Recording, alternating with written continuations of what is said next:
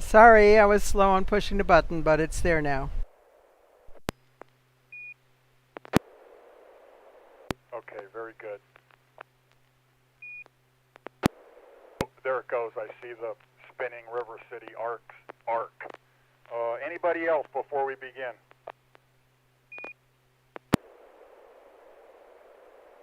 All right, we got a decent crew tonight. Very good. I love it when that happens. So we're going to go to Lincoln first. That's George. He's N6YG. And I'm going to assume he's ready to fire because he was sending some practice images before. So if you're ready, George, go right ahead. All right. Well, we'll send this one here real quick. This is going to be, oh, hold on. For some reason, the image is not shift. There we go. Oh, well. I think we have it. N6YG. We're going to be Robot 72.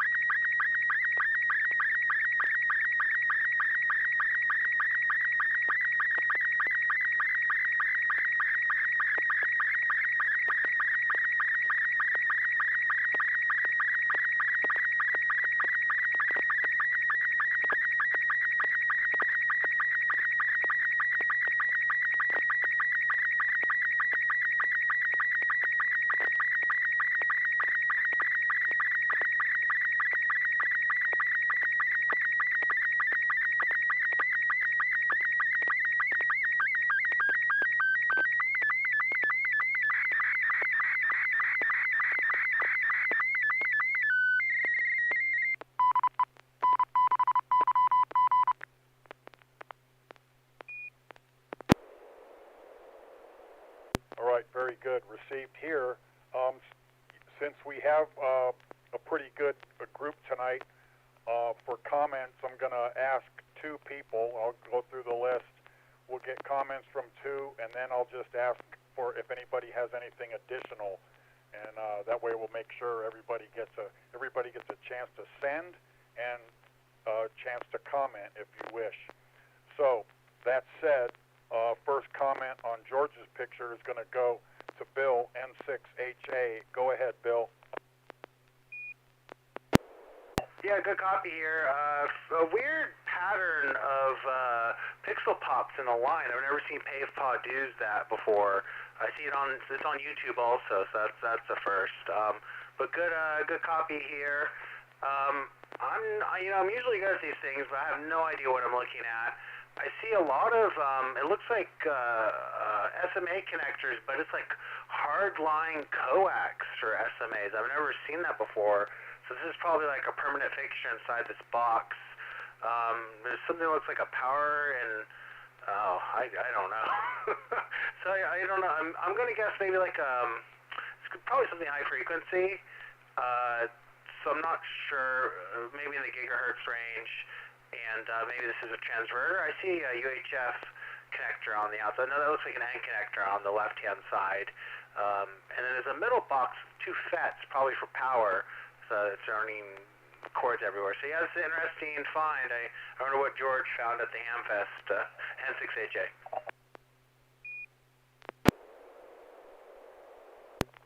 Good comment. You know, the lines of pops you see, it looks like what I see sometimes going through this waterfall I got on the 991A too, but I didn't look to see if it was going through that time.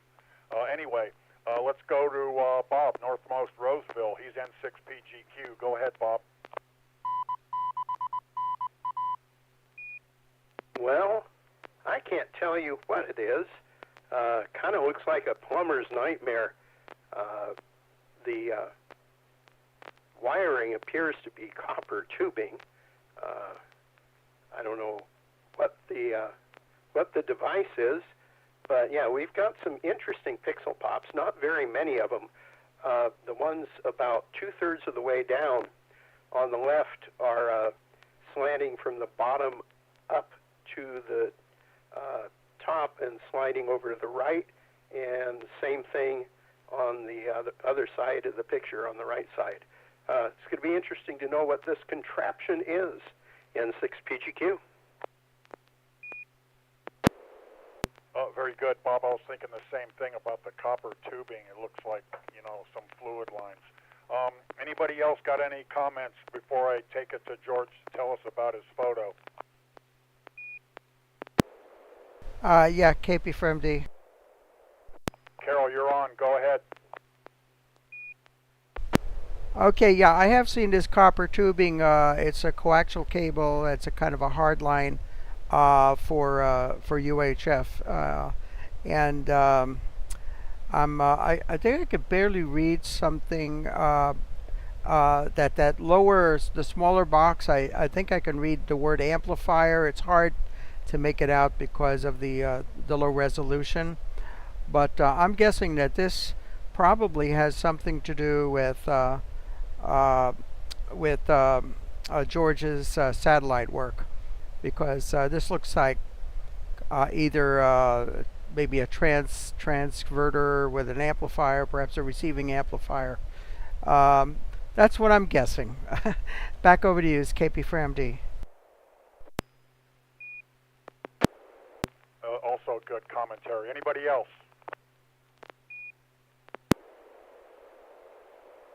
All right, let's go to George, N6YG, and tell us about it, George. It is interesting, to say the least. Go ahead. This is a homebrew 3 centimeter or 10 gigahertz EME transverter, and that's hardline. It's quite common in microwave use. You open up test gear, you'll see it used quite often. Yeah, you can see up in the upper left, there's a TR relay right there, and then the power amplifier is at the bottom towards the center, and then the 10 gigahertz transverters on the top, and there's a little 3 dB attenuator, SMA attenuator in line to improve the signal to noise ratio a little bit. So yeah, this is a homebrew EME 10 gigahertz transverter, N6YG. I think really good work too.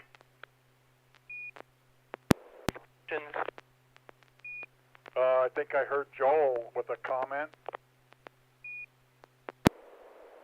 I'm just wondering where the input is, where the output is, because I see what looks like one of those on the left, but I don't see anything going out of the case, unless it's that thing hanging in the middle of the box. But why is it in the middle of the box and not going to a bulkhead connector? Or is this not supposed to be sealed? And the other question is transverter from 10 gig down to what frequency? AF6TG.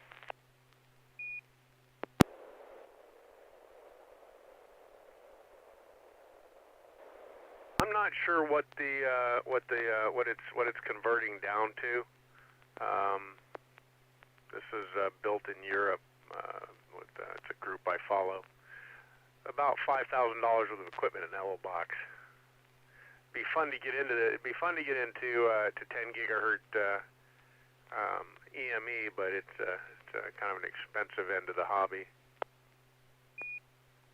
Oh, and the output's right by that the attenuator. So it's an open box case. It's not supposed to be sealed. And what's the power output? I think it's 10 watts.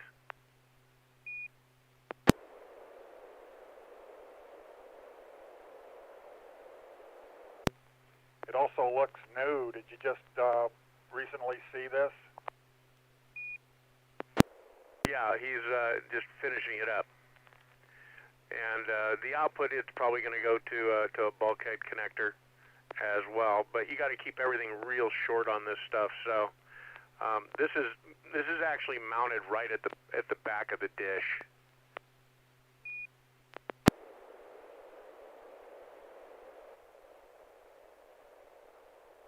Oh, saying that there's a dish included is kind of helping me to kind of picture it. So very good. Are there any other comments on this before we go to our next transmission?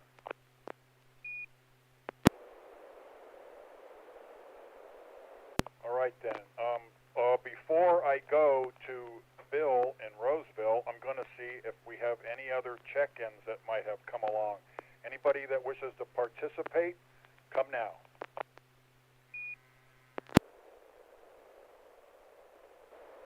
Bill, it's James, AE6JG. I'm listening to you guys tonight. Miller is going to be checking in. He's adding the PL tone now. He's Kilo Foxtrot 6, Victor Hotel Golf. So maybe in a few minutes, check back again for other check-ins.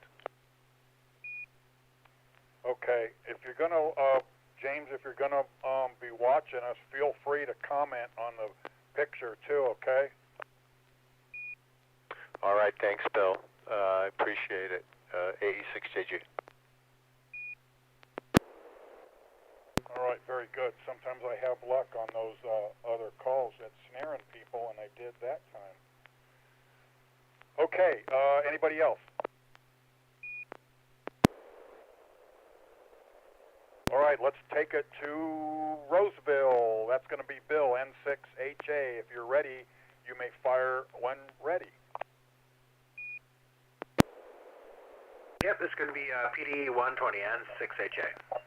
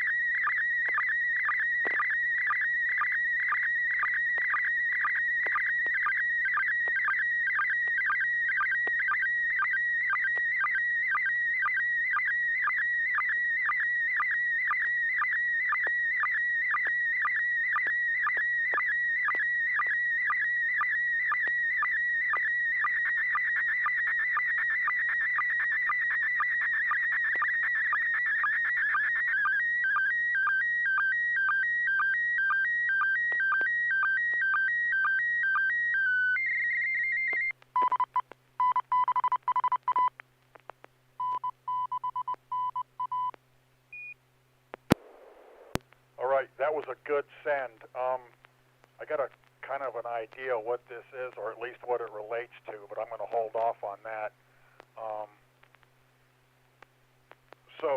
For commentary, Joel is going to get the next shot at comments. So Joel's AI6DG. Go ahead, Joel. Excellent reception, very few pops. We're looking down at a wood or wood grain table. We've got a handy-talkie that's been taken apart, and it looks like it's in a front piece, a back piece, and a circuit board with ribbon cables in, well, a couple of circuit boards in between. Looks like a high-end, high-quality, doesn't, probably like a Motorola or something, or certainly one of the name brands. I would be very surprised if this was one of the Chinese handy-talkies. Okay, why are we taking it apart? Are we doing a modification? Are we fixing it? Are we reverting the firmware or something? I look forward to hearing more. Back to Net AS6DG. Very good, Joel. Good inquiries, too. Carol's going to be next comment, but first I see that James, A6JG on YouTube, says he thinks it's the inside of Maxwell Smart's shoes. Hi. It does look like it could be something like that. All right. Thank you, James. Let's go to Carol, KP4MD, and see what Carol has to say about it. Go ahead, Carol. Okay, yeah, this is KP4MD. I believe Bill came up to me last Saturday at the Lincoln Ham Fest showing me something that he bought over there, which was a fixer-upper, and I think this is probably it being repaired or being worked on. I just want to say it's got a BNC connector in the on the upper left-hand corner, which kind of shows that it's one of the older generation of handheld radios, because most of the ones coming out now have SMA connectors. But yeah, I'm not going to say any more because I believe I actually saw this. So back to you, it's KP4MD.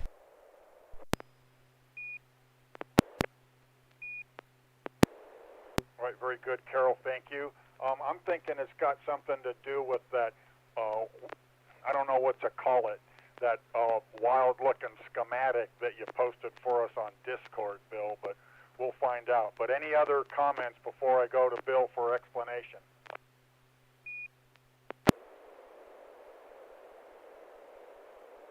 Okay, didn't hear any. So, Bill, why don't you tell us about this photo? Yeah, it's interesting. 1 second.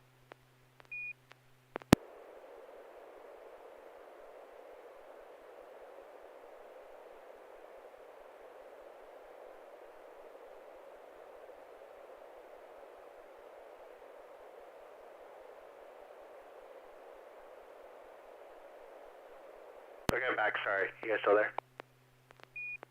Yeah, you're still up. Okay, sorry about that. Yeah, this is my my Ham Fest purchase. It's a Kenwood TH78. You're asking why is this worth saving? It's actually a full duplex radio by Kenwood. So it's worth attempting to fix. It doesn't turn on. The buyer told me that, or the seller, sorry, and I bought it knowing it won't work. I open it up and it's this trifold thing, so there's ribbon and cables everywhere. So I was hoping to get something easier to work on and smaller than a normal, like big HF rig like I normally work on. So this is a different approach. So the first thing I noticed is someone had already been in there and they actually jumped over the what looked like fuses. So on the right-hand board, that's the control board they call it. That is, there's a little white pill on the bottom right hand, and there's one on the top right hand. Someone actually put some bodge wires to jump those. Turns out that's actually crystals. So they jumped the crystals, which obviously would make the whole thing break. The real issue is that there is caps on the middle board that has chewed through the PCB and burnt some traces. So I added that little bodge wire, that black wire there, to actually get power to the main board. I'm able to get the radio to turn on, and VFO-B works now, but I'm trying to fix VFO-A so I can get the full duplex back. So that's the moral of the story. So it's nice to have something on the bench to work on, but this one might not be worth saving if I can't get those traces fixed. So we'll see. N6NA.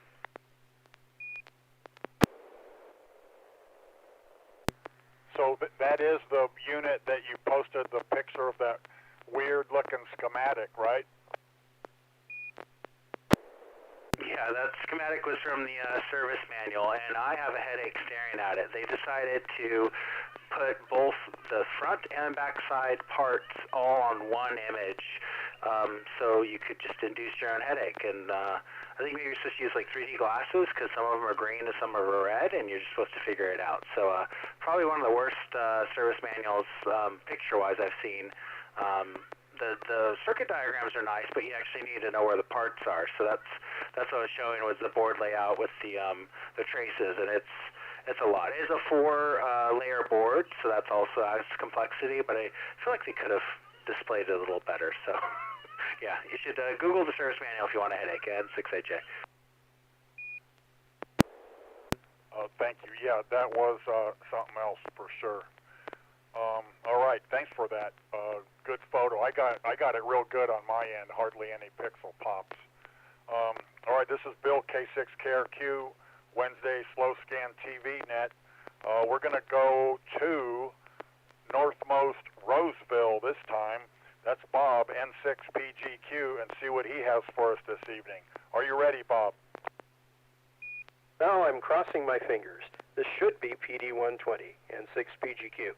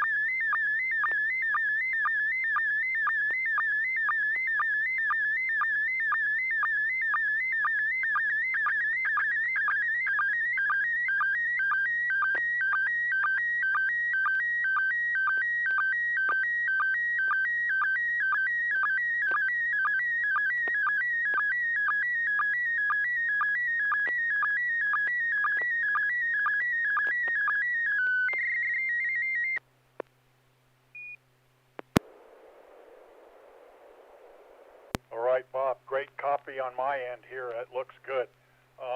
First comment on this one's going to go, let's go to Jim in Grass Valley. He's KM6 DVT. Tell us if you got this, Jim, and any comments on it. Well, I almost got it, but the problem is my computer. I hit the wrong button here on the bottom, so I just got a quarter.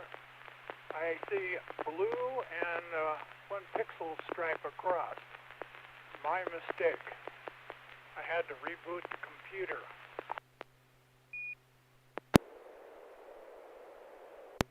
That's okay. I'll tell you, rebooting and restarting the programs is not uncommon here. Anything else? Nope, that's it. All right, very good. Let me see if James is still on the radio with us, and if he got it, whether YouTube or otherwise. He's still there, James? Hey, Bill, I am. and I see it, and it's a WinLink screen. Oh gosh, I forget the name of that program, but I have it, and it came through just a few pixel pops on on Carol's version, I guess, near the bottom. But it's a good transmission, AE6JG. Are you getting it on YouTube, or are you hooked up with your computer? No, I'm getting it on YouTube. Okay, very good. That's a good reminder, or I like to tell people that might be listening. We welcome people that if they don't have the capability to send or receive, if they watch us on YouTube, they're always welcome to check in and comment on the picture. So that said, I'm going to see if there's any more comments before we take it back to Bob. Yeah, 6DG. Go ahead, Joel. Yeah, I had no idea what it was until it was said to be WinLink, but I did know it was software for some sort of sound card mode because I could see the four dots in the looked like a dice on the right side, lower right side. I'm assuming that's the constellation for whatever modulation mode this is. So. And that would be very interesting to see as you're receiving back to N6NA SSTV. Great comment.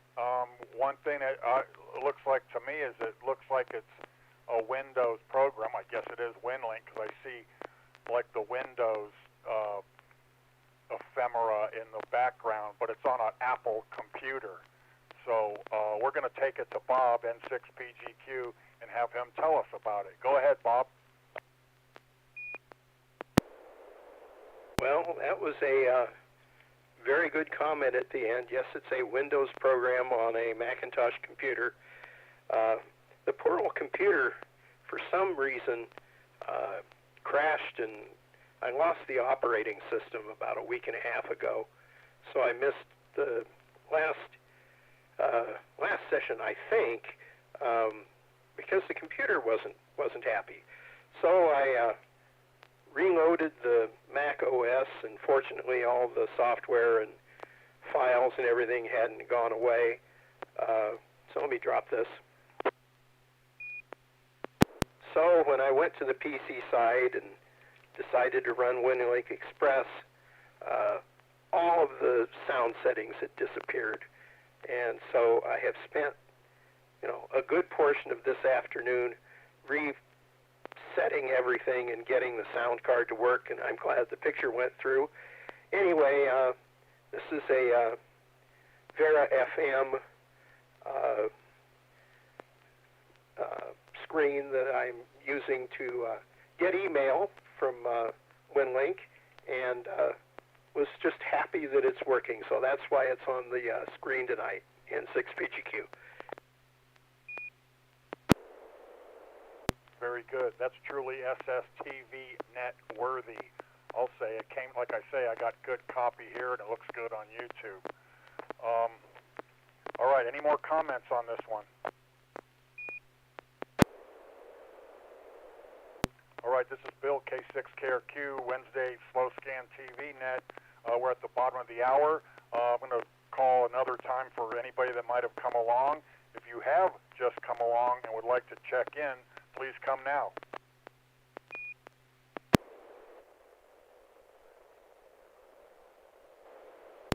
Okay, no more heard. Okay, we're going to go to Joel, AI6DG, and see what Joel has for us this evening. If you're ready, go ahead, Joel.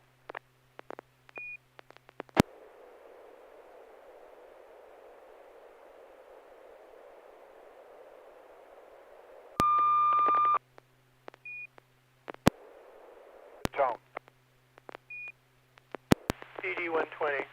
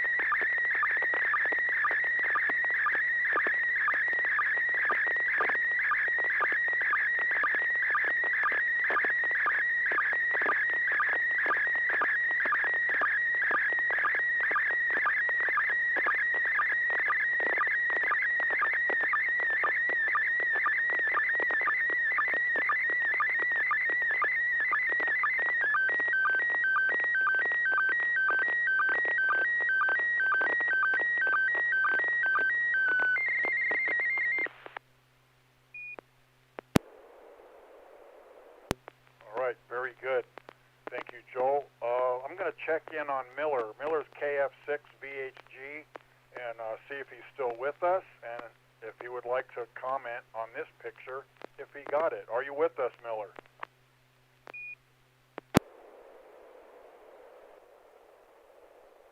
Bill, this is James. He just emailed me. He thinks he has the tone in correctly, but it's not working yet.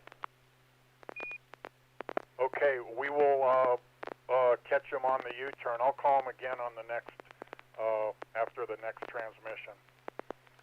That's going to bring me up to the top for commentary. The top is George, N6YG, up in Lincoln. Go ahead with commentary there, George.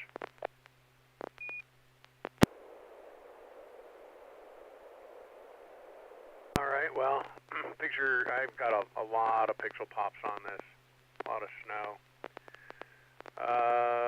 Yeah, this is a theme park. I don't know if it's Disney World. That doesn't look like Disneyland. I'm not sure what I'm looking at. It's like a castle, right? With a little tunnel going through the middle. So I'm assuming this is one of those something that Joel took on one of his trips. Be curious to hear about it. N6YG.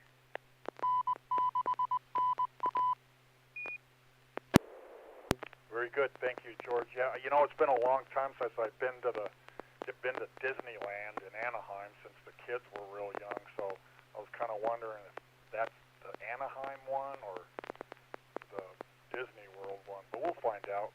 But before that, we're going to go to Bill, N6HA, for his take on this picture. Go ahead, Bill. Yeah, it looks like the happiest place on earth, Disneyland. I guess it could be Tokyo Disney, too. But I think sounds like maybe Joel went down to SoCal. So yeah, it doesn't look very busy. I've been there recently with my daughter. My wife got tickets through work somehow, and it's more expensive getting the hotels than the tickets in the end, so it's kind of a white elephant in a way. But yeah, okay photo. Lots of pixel pops. Your audio power has been kind of low lately, Joel. So I'm not sure if you changed something up, but seems like you don't have. You used to do full pictures with no pixel pops. It's quite a few compared to what I'm used to. But yeah, good, still very legible photo, and hopefully you had fun at Disneyland and 6AJ. All right, thank you, Bill. Any other comments before we go to Joel?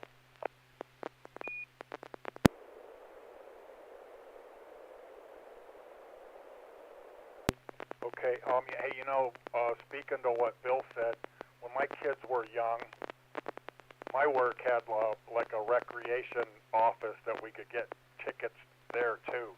They were far cheaper than they are now. Plus, I was living in Southern California, so I didn't have to sweat the hotel. But I know it's quite pricey now. So anyway, now that I've said that, let's go to Joel and have him tell us about it and if it is the SoCal property. Go ahead, Joel. Definitely SoCal. The castles between Disneyland and Disney World look completely different.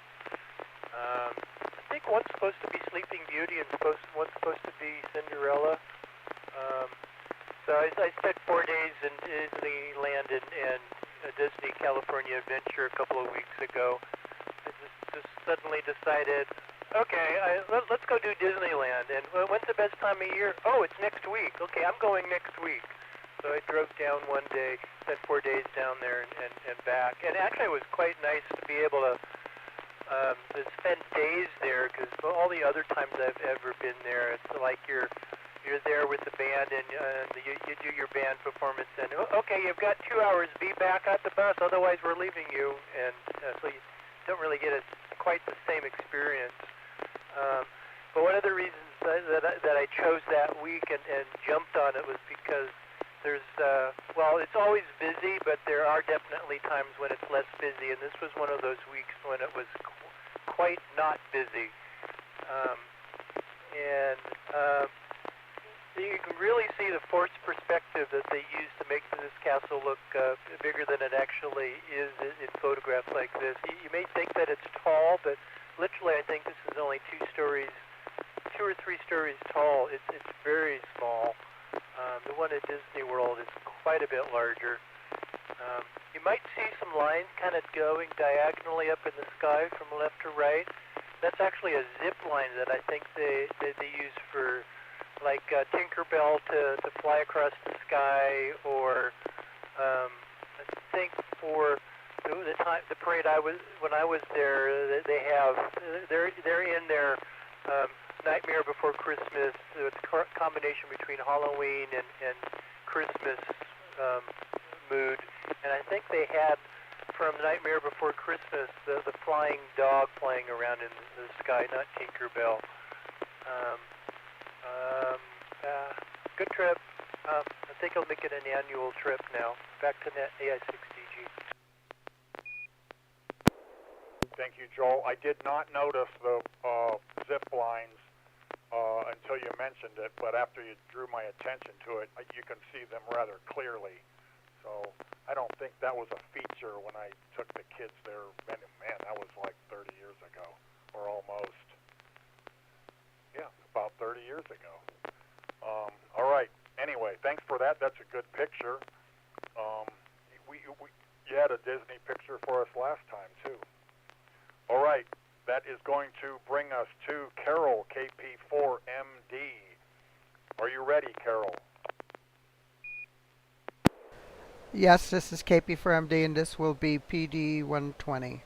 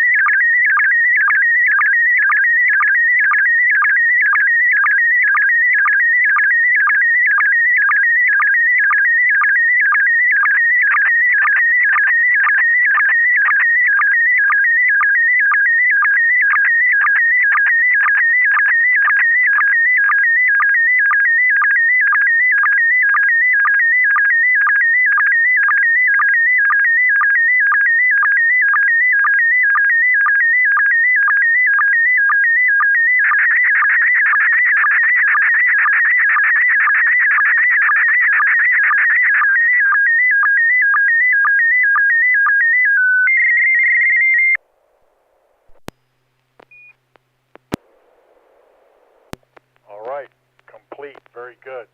You know, for those of you guys and gals with ham clocks, a ham clock depicts like the sun going across the equator too, but I'm sure you knew that already.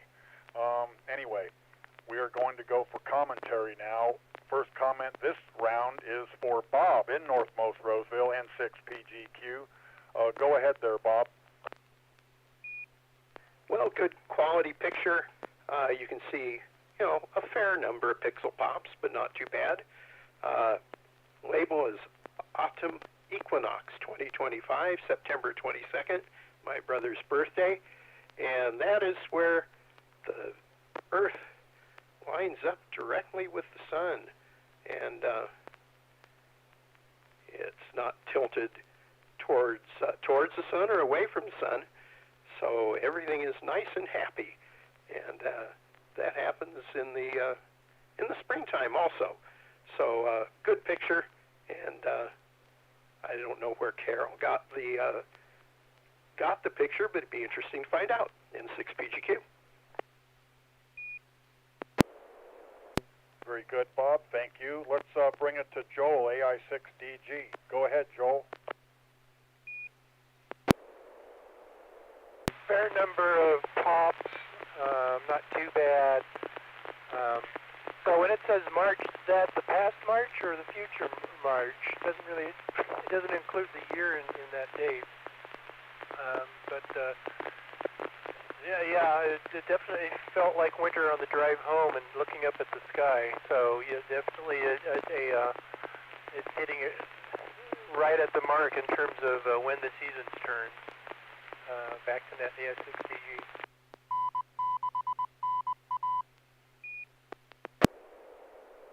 Okay, thank you, Joel. Any other comments before we go to Carol? Yeah, I have a quick comment that's somewhat related. Go for it, George. This is kind of a little interesting tidbit that unless you were a Boy Scout or sailed, you probably didn't know, but you can actually calculate the angle of the sun at the summer solstice and the winter solstice if you know what your latitude is, and you simply subtract your latitude from 90 degrees. So say you're at latitude 36, that would mean that at the equinox, the maximum angle of the sun at your location would reach 54 degrees. And then to determine what the maximum angle of the sun during the summer solstice would be, you would add the Earth's tilt to that, so plus 23.5 degrees. So if you were at latitude 36, the maximum angle of the sun at the summer solstice would be 77.5 degrees above the apparent horizon. And then again, the winter solstice, you would subtract the tilt of the Earth, so it'd be 54 degrees minus 23.5. So that means that it would be 30.5 degrees would be the maximum angle of the sun. Just something you learn when you're doing something like celestial navigation.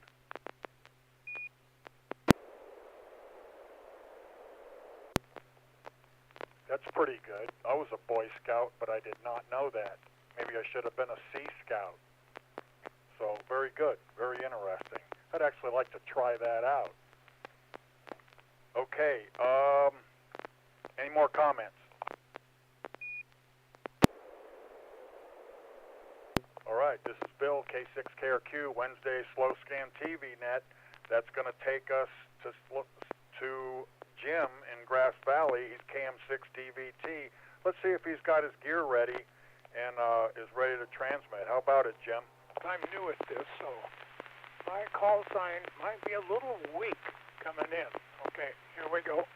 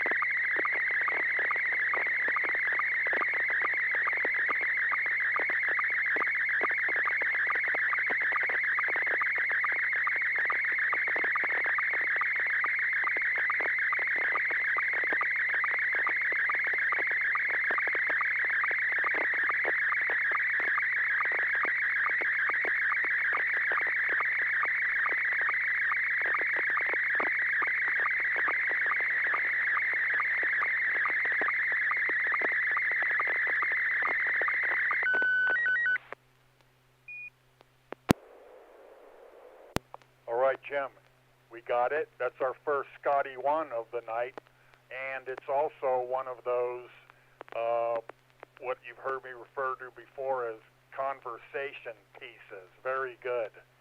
So, that's all I'm going to say for it right now, because it's the real first comment. It's Carol's turn, KP4MD. So go ahead, Carol.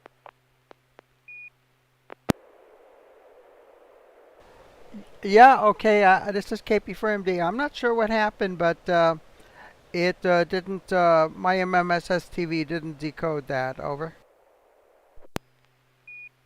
Oh, you know what? Now that you mention it, I didn't see it come through YouTube either, but I got it here. Let's go to, well, if I didn't, hey, James, if you're still with us, I'm sure you didn't see it on YouTube either, right? Yeah, that's right. I'm still looking at the picture of the autumn solstice.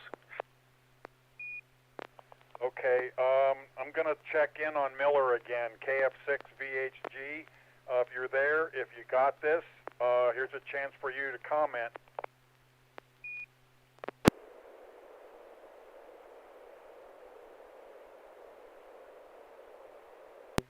All right, nothing heard. That's going to bring me all the way to the top for commentary, and that's going to be George.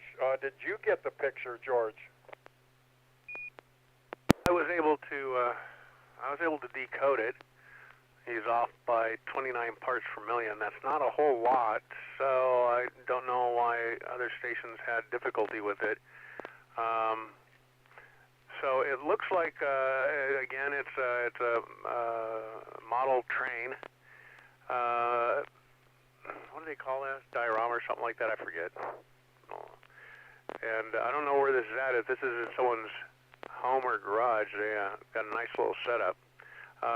Quite a few pixel pops, and the image did tear across, right across the call sign, KM6DVT. But for a first transmission, it did well. Now, I don't know if that tear was on my end or if it was on the transmitting station's end, because those tears can happen when there's an interrupt, when the sound stream gets interrupted on your computer for some reason or another. So other than that, I'll send it back to net, N6YG.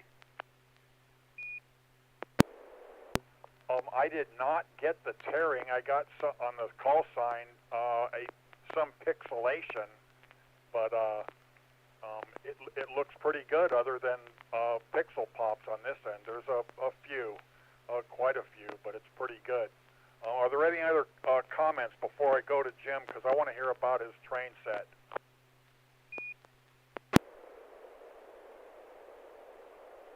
All right, very good. I like model trains, Jim. How about telling us about your setup? I'm willing to bet a small sum this is yours. So go ahead. Yes, it's mine. It's one that I built in a boxcar in the Nevada City Railroad Museum.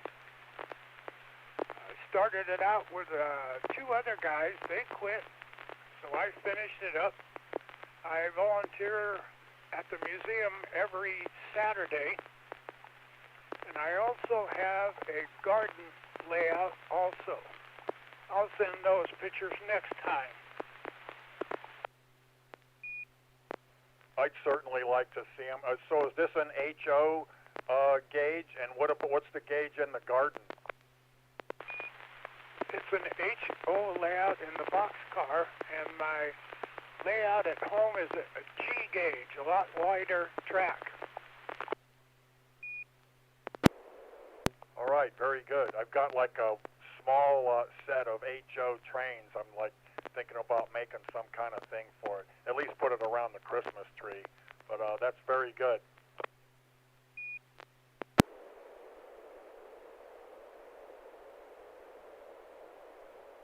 All right, I'm going to give one more. So, James, I don't assume that you are able to send any pictures, are you? Thanks for asking, Bill. No, I'm not set up for it tonight. AE6JG. All right, very good. It's good to have you nevertheless. So yourself like it when you're here. I'm going to go give one more call for Miller, KF6VHG, and if I don't hear from him, I'm going to send you guys and gals one from me.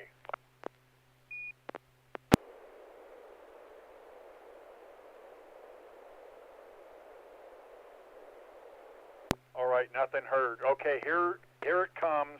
It's going to be Robot 36.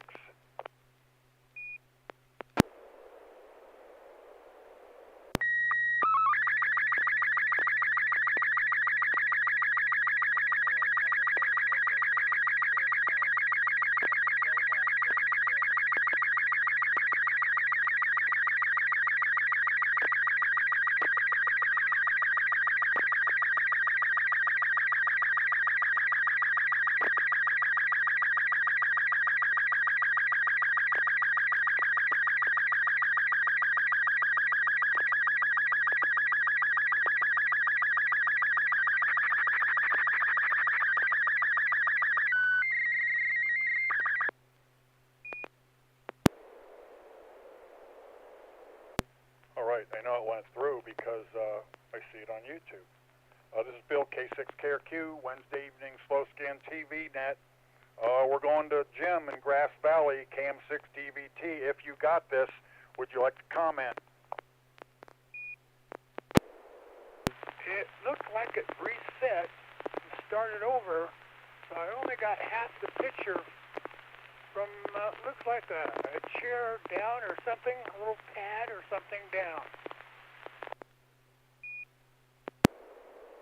Okay, you didn't get enough of it to like really discern what it was, but you know, I would suggest, like, I finally put it double screened my monitor so I can watch YouTube on a fast computer, not my slow hand clock one. So I suggest, you know, that you watch on YouTube also. That helps you know if you're getting through. But anyway, so last comment, I got one from George. Let's go to Bill, N6HA. He's next comment. Go ahead, Bill.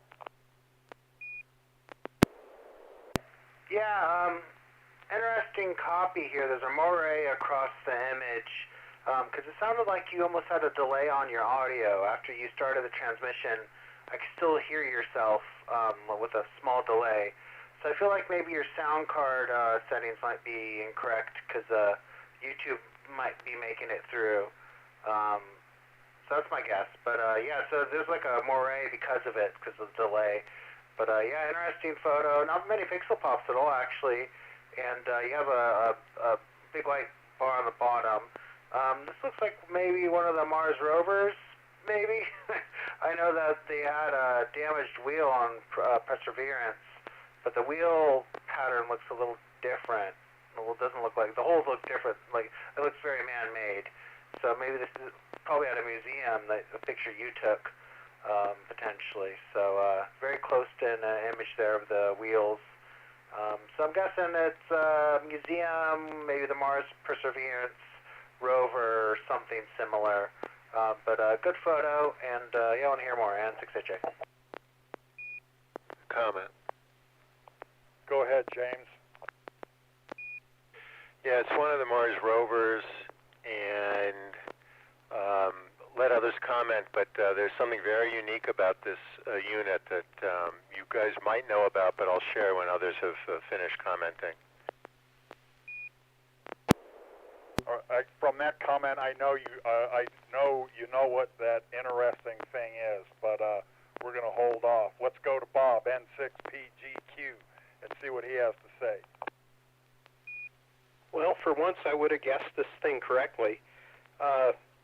It looks like, in addition to the propulsion wheels, that it's got a stand on the front and rear side. They may be drills to go into the Martian surface, and it almost looks like it says JPL on the white side of the rover. So it'd be interesting where this is and which mock-up it is, N6PGQ. All right, very good. On the right track. Any other comments?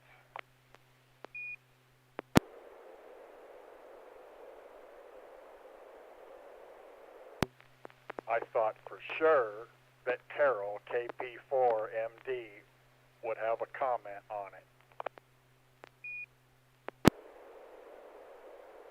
Sorry, I don't. All right, I'm going to let James tell what the interesting part of the photo is. N6 PGQ. PGQ, go first. I just wanted to comment that the quality of the picture here was fine. No moire pattern or anything else. Very few pixel pops. The picture's slightly out of focus in the white area, but it came through real well. Thank you. I can't see the moire on YouTube either, but I kind of chalked that up to that screen's a lot smaller. But anyway, James, would you like to tell what's unique about this picture? Yes. I spent a little time at JPL once, and NASA would not let JPL put JPL on the rover. So the JPL engineers put JPL in the tread pattern using a Morse code.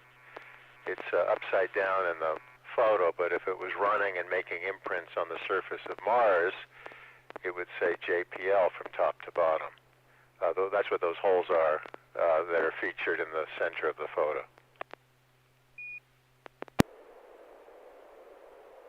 Yeah, that was a story I heard, and I took this at the Smithsonian Aerospace Museum. This is a model of it, and that's why I put it in the center of the picture to make a amateur radio related aerospace museum picture. So that's precisely what it is. I thought that was pretty crafty of them when they did that. So very good. Thanks for that. Oh, thanks for sharing that. So, the JPL folks are very happy that JPL is stamped all over Mars' surface.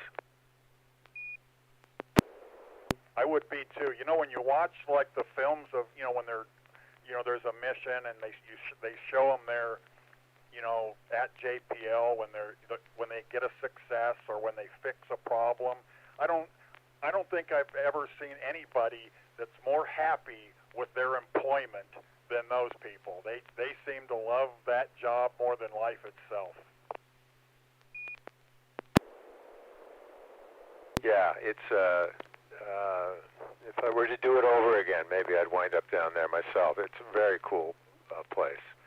Thanks for sharing that, Bill. I don't know if I've seen this in the Smithsonian, but I saw its sister at JPL. Yeah, this was just like a mock-up of it. Obviously, they don't bring them back, but yeah, that was a pretty good trip. All right, we are past the top of the hour. Is there any other comments, questions, or other burning desires before I close the net? And hopefully George has a closing picture for us. I have a closing picture. I also have another picture I'd like to send real quick if we have time. That's explaining what I was talking about with the solstices. It's a little hieroglyphic I drew up for my flat Earth friends. Okay, yeah, okay, that's fine. I'm good with it. Send that before I read the closing paragraph, and then you can send our closing picture. So go ahead.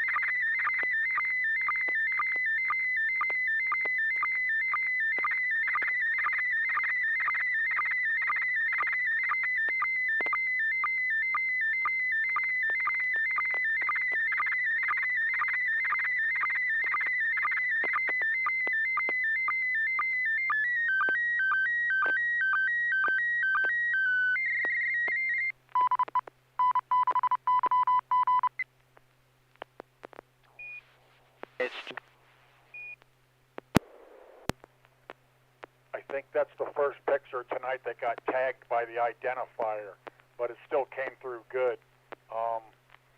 So any comments on this? Then I'm going to go to George, because I forget who he said he drew this up for. Any comments first?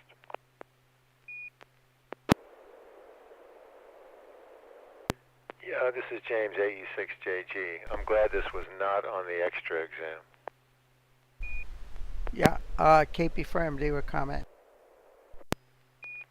All right, thanks, James. I kind of tend to agree with that. Go ahead, Carol. Yeah, I'm guessing this is a mock-up of the angle of perhaps a solar panel setting, just to compare the illumination from the sun at different times of the year. This is what I'm guessing. KP for MD.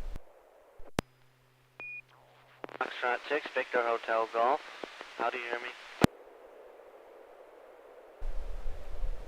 I think I hear Victor Hotel Golf on the output.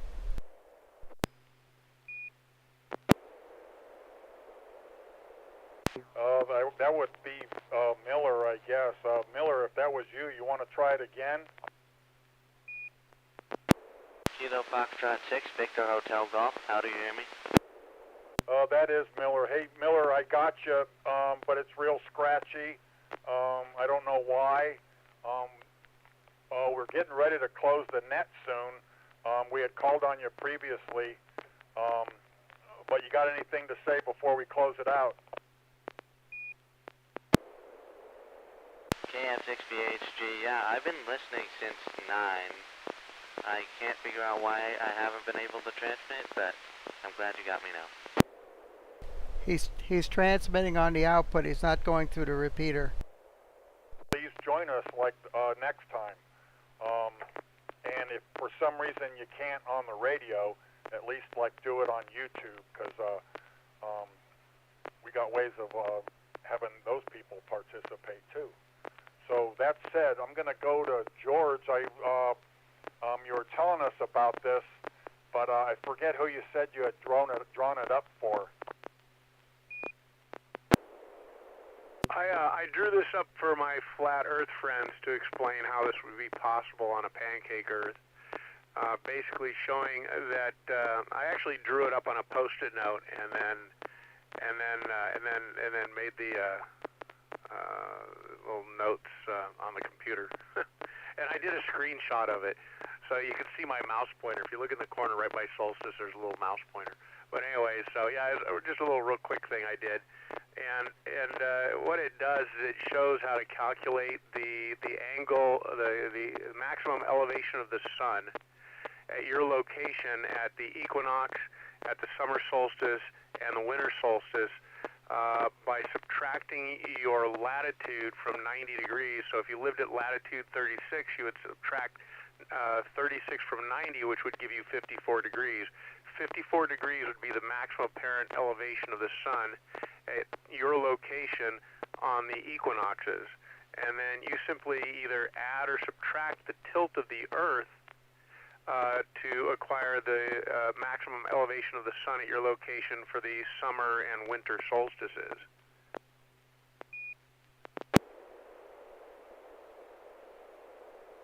All right, very good. Hey, wait around for a couple minutes after the net. I got a nautical question for you, okay? Alrighty, N6YG. All right, before I read the final farewell for this evening, does anybody have any comments, questions, or burning desires? KP for MD.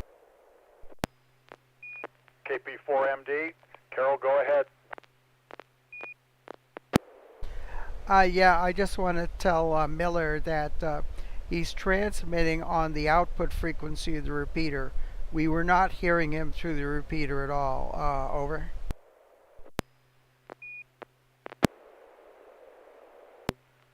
Okay, I am not deft enough to troubleshoot that kind of stuff, but thanks for that, Carol. Hopefully you heard that. Question. Go ahead with the question. Yeah, this is Jim. What is your YouTube channel? Carol, would you give the particulars on that?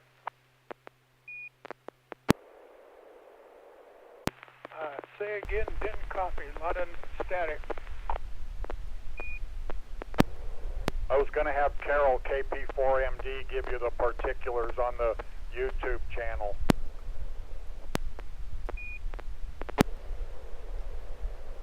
Yeah, sure. This is KP4MD. You can go to YouTube and you can put in the search N6NA, November 6, November Alpha, N6NA, and it should pop up right away. It's the N6NA SSTV Net. If you're on YouTube, and then within YouTube you search on N6NA. Over. Okay, thank you very much. Will do.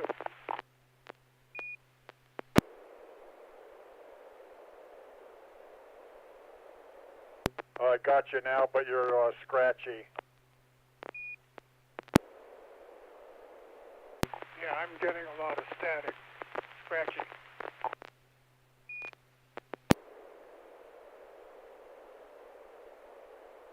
Jim, you're not too bad up there from Grass Valley, but Miller coming in is awful scratchy. I don't know how to tell unless he talks and I hit the reverse if he's still doing it incorrectly.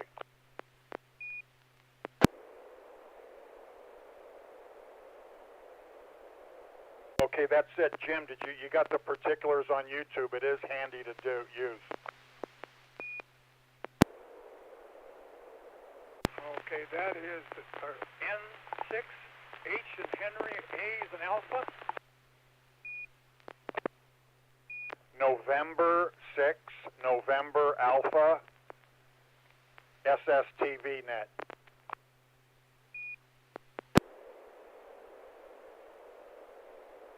All right, thank you. Yeah, there's not a whole lot of channels on YouTube called N6NA, so you'll find it easy. All right, that said, I want to thank all who participated tonight in tonight's SSTV Net. This is a pretty good one. And by the way, relating to George's last picture, we have had a flat Earth picture up here before, courtesy of George. Some of you might remember that. All right, we hope to see you again next Wednesday at 9 p.m. And for those of you who might be having any trouble getting in, check in anyway and work with it. We'll see what we can do. We like to have you. This net is officially closed a little bit late this time at 10:15 p.m. This is Bill, K6KRQ, wishing all of you a good evening. 73.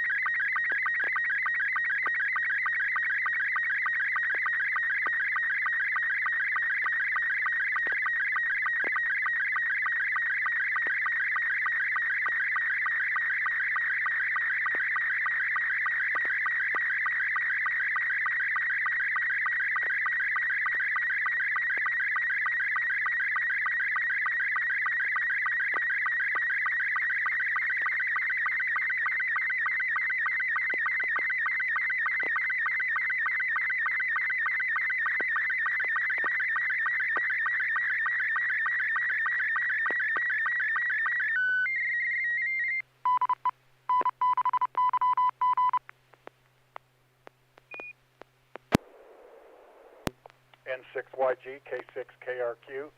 George, that's pretty clever. That's pretty apropos for a slow scan TV. Oh, thank you. Yeah, I couldn't figure out what to say. running out of ideas. But I ran across that Yogi and Boo Boo picture and sent it. So the younger generation might not get it. I don't even know if they're still on TV anymore. Yeah, I don't either. I think we mentioned it before. Some of the old cartoons might be too violent. I can't remember the last time I've seen a Heckle and Jekyll one on there.